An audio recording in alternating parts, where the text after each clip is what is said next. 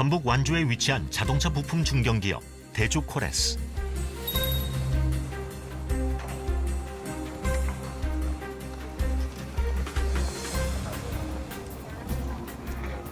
안녕하세요. 저는 이제 대주코레스의 영업팀에서 주임으로 일하고 있는 김수연입니다. 저는 저희 회사 제품의 수출을 담당하고 있고요.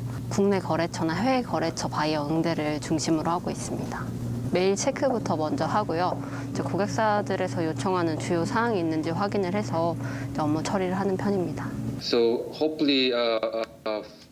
코로나 팬데믹으로 현지 출장이 어려워짐에 따라 해외 고객사와의 화상회의가 많아졌는데요. 시차에 맞춰야 하는 고충이 있지만 입사 때보다 해외 고객사가 늘면서 회사의 성장을 실감한다고 합니다. 연간 1,700억 정도 매출을 올리고 있는데 그중에서 수출 포션이 약 40%인 680억 정도를 하고 있습니다. 주요 해외 거래선으로는 LG 에너지 솔루션, 그리고 제규어 랜드로버, 그리고 폭스바겐, 그리고 현대자동차 체코 공장 이런 고객들이 있습니다. 전라북도 완주에 위치한 자동차 부품 기업 대주코레스. 어떻게 글로벌 중견 기업으로 성장할 수 있었을까요? 배터리 하우징 양산 성공이 가장 큰 동력이 된 것 같습니다. 글로벌 자동차 회사의 완성차에 적용하게 되면서 직원들의 사기가 올라가고 하면 된다는 자신감이 오늘 이러한 성과를 이뤄냈다고 생각합니다. 전봇대처럼 생긴 무언가를 지게차들이 분주하게 옮깁니다. 이것이 바로 전기차 배터리 하우징의 재료가 되는 알루미늄인데요.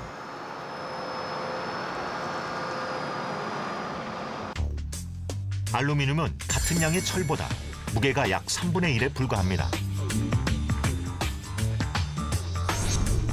전기차는 에너지 공급원인 배터리의 무게만도 400kg이 훌쩍 넘기 때문에 주행 거리를 늘리기 위해서는 차체를 최대한 가볍게 만들어야 합니다.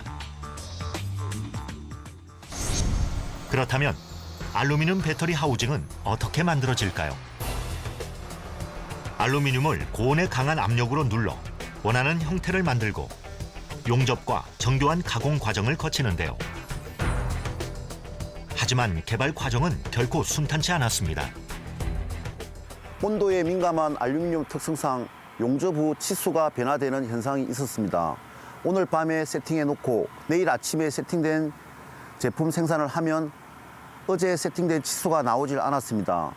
원인을 찾는 데 정말 많은 시간을 보냈고 철에 비해 열 전도율이 높은 알루미늄.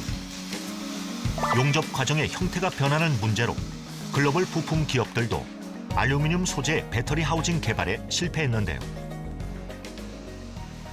열에 대한 문제가 제일 크게 있는데 열에 대한 문제가 발생을 하게 되면 일단 판재가 정확하게 이어지지 않을 수 있고요. 그 이어짐이 뒤틀려져서 생기는 발생은 일단 조립 자체가 되지 않습니다.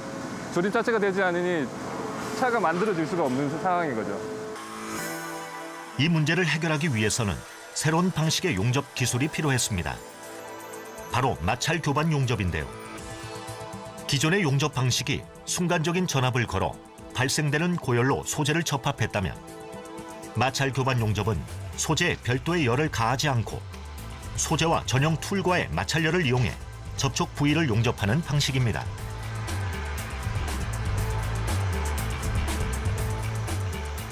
수많은 시행착오 끝에 전용 툴의 회전 속도와 이동 속도, 누르는 압력의 최적의 조건을 찾음으로써 2018년 세계 최초 알루미늄 배터리 하우징을 개발하는 데 성공했습니다.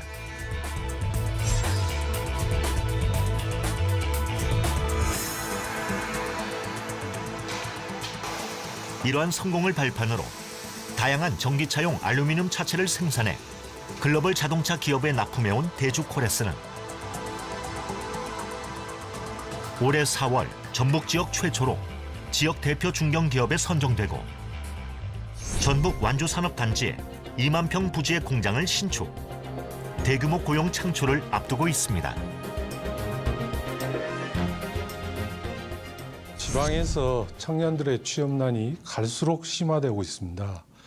대주코레스는 지역 내에서 청년들이 취업할 수 있는 양질의 일자리를 계속 늘려나갈 노력을 지속하고 있고 기업의 성장의 과실을 같이 나누고 청년들이 자기 역량을 마음껏 발휘할 수 있는 장을 넓혀주고 싶습니다.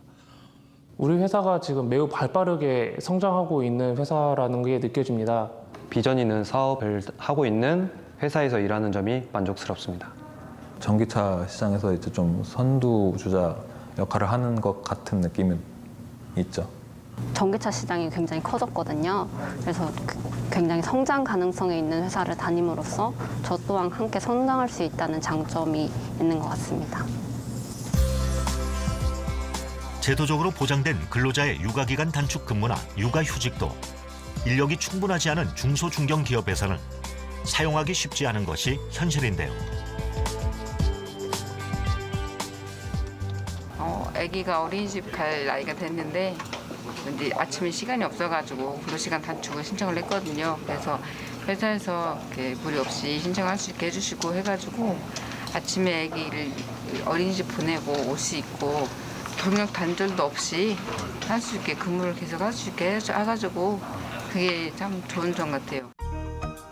맞벌이 부부인 임채선 과장은 육아휴직 후 복직해서 근무하고 있습니다. 아이하고 소통할 수 있는 시간도 많아지고 애착 관계도 좀 더 보통 대한민국 사회에서 엄마하고 애착 관계가 깊잖아요. 근데 아이를 좀 돌보다 보니까 저도 와이프에 대한 그 심정이 좀 이해가 되더라고요. 하지만 육아휴직을 결정하기까지 현실적인 고민을 하지 않을 수 없었다는데요. 아무래도 대한민국 사회에서는 남성이 육아휴직을 쓰는 비중도 적고 그 갔다 와서도 불이익을 당할 경우가 많기 때문에 그랬는데 오히려 저한테 적극적으로 그 부분을 추천을 해주시고 이렇게 해서 육아휴직을 써서 일단 너의 공백 기간 동안은 다른 팀원들이 너의 일을 해줄 것이다.